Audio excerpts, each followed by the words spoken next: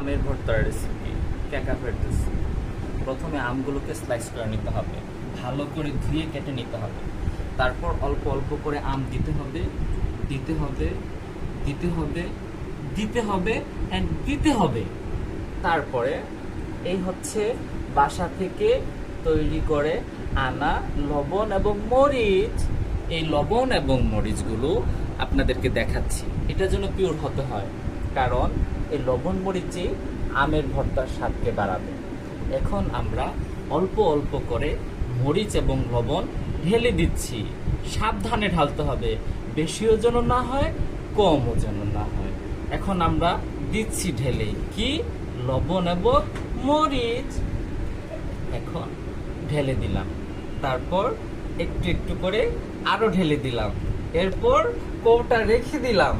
তারপর এখন আমরা আমগুলোকে মেখে মেখে মর্দন করে করে বানিয়ে ফেলবো মুখরোচক আমের ভর্তা।